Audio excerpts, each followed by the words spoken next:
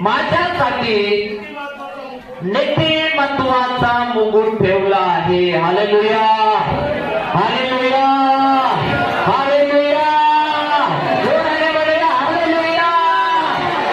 या वचनामध्ये प्रियांनो प्रेषित पौलाचं जीवन आम्हाला दिसतं. कोणाचं जीवन? प्रेषित पौलाचं.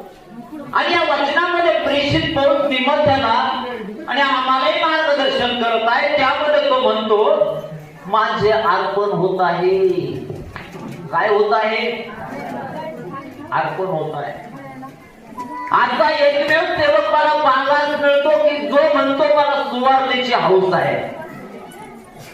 सुवार्तेची काय आहे? आम्हाला हौस असायला पाहिजे. कशाची? सुवार्तेची.